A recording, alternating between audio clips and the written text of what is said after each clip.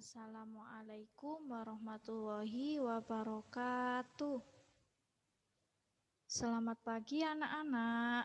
Bagaimana kabar kalian hari ini? Semoga anak-anak tetap sehat, tetap dalam lindungan Allah Subhanahu wa Ta'ala. Sebelum pembelajaran ini kita mulai, marilah kita buka bersama-sama dengan baca basmalah. Bismillahirrahmanirrahim. Terima kasih. Semoga anak-anak tetap semangat meskipun pembelajarannya secara daring. Di sini Bu Wahyu akan memberikan anak-anak materi tema 1, pertumbuhan dan perkembangan makhluk hidup, subtema 3, pembelajaran 5, menyusun kalimat menggunakan kosakata yang tepat. Kamu dapat menyusun kalimat dengan baik apabila kamu memiliki banyak kosakata. Kamu dapat menambah kosakata dengan cara membaca dan mencoba membuat kalimat menggunakan kosakata yang baru. Menghargai perbedaan di sekolah. Berikut ada 3 cara memberikan saran yang baik untuk menghargai perbedaan yang ada. Yang pertama, ucapkan dengan bahasa yang santun. Yang kedua, memberi solusi yang paling mudah untuk dilakukan. Yang ketiga, tidak memaksakan saran untuk diterima. Jadi anak-anak yang pertama harus mengucapkan dengan bahasa yang santun, tidak boleh membentak-bentak, tidak boleh dengan suara yang nada tinggi. Yang kedua, memberi solusi yang paling mudah, jangan berbelit-belit. Jadi anak-anak kalau memberikan saran atau memberikan solusi yang paling mudah. Yang ketiga, tidak memaksa saran untuk diterima. Jadi anak-anak tidak boleh harus sarannya itu tadi diterima. Jadi meskipun tidak diterima tidak apa-apa, tapi dengan cara yang baik, yang santun. Di situ ada contoh murid-murid yang ada di sekolah. Simaklah temanmu saat memberikan saran dan pendapatnya. Jadi anak-anak kalau ada temannya berpendapat atau memberikan saran harus disimak sampai selesai. Membuat soal cerita tentang perkalian. Kita berlatih membuat soal cerita perkalian dengan benar. Ada 3 contoh. Yang pertama, buatlah soal dengan kalimat yang runtut dan mudah dipahami. Jadi anak-anak kalau membuat soal harus secara runtut dan mudah dipahami oleh semua teman-temannya.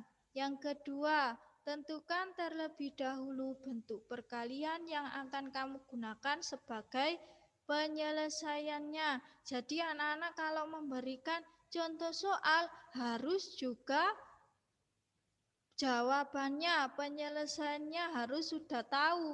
Jadi nanti kalau ada yang tanya, ada temannya tanya, sudah bisa menjawab. Yang ketiga, membaca kembali soalnya dan pastikan apakah soal yang kamu buat bisa dikerjakan. Jadi kalau buat soal tidak boleh awur-awuran, tidak boleh sembarangan. Kalau membuat soal harus difikirkan dulu, apa ini bisa dikerjakan, apakah ini ada jawabannya, seperti itu ya nak. Untuk tugas di pembelajaran 5, ayo berlatih halaman 70. Sekarang masuk ke pembelajaran 6. Menyampaikan informasi penting suatu teks menggunakan kosakata yang tepat. Perbanyaknya membaca agar kamu semakin mudah memahami suatu bacaan. Jadi anak-anak, Bu Wahyu mohon senang dalam membaca. Orang yang senang dalam membaca itu banyak wawasan. Jadi anak-anak kalau sering membaca banyak wawasannya. Yang tidak tahu menjadi tahu. Dengan memahami arti kosakata pada teks, kamu akan lebih mudah menemukan informasi penting yang terdapat dalam teks tersebut. Memberi saran dan menghargai perbedaan di masyarakat. Diingat kembali cara-cara yang baik untuk dilakukan saat memberi atau menerima saran. Di atas tadi sudah ada cara yang baik untuk dilakukan saat memberi atau menerima saran. Jadi anak-anak kalau hidup bermasyarakat, hidup di masyarakat harus mengingat bagaimana cara-cara yang baik untuk dilakukan saat memberikan saran, menerima saran, begitu ya nak.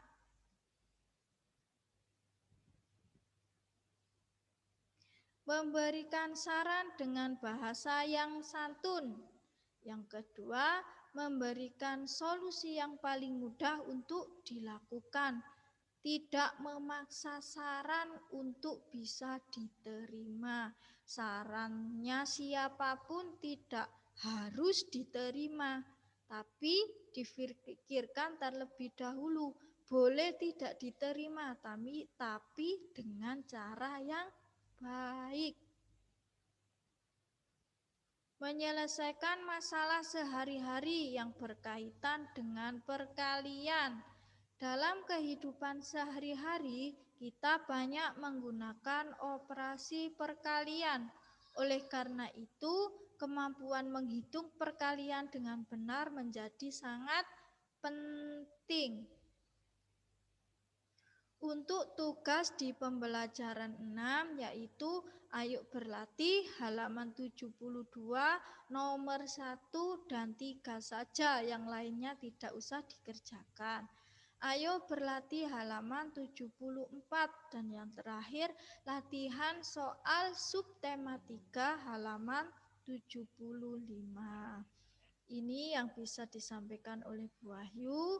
Nanti untuk tugasnya seperti biasa, kalau sudah selesai difoto kemudian dikirim ke grup WA kelas. Itu saja yang bisa disampaikan Bu Wahyu. Semoga anak-anak tetap sehat, tetap semangat dan bisa memahami apa yang disampaikan Bu Wahyu.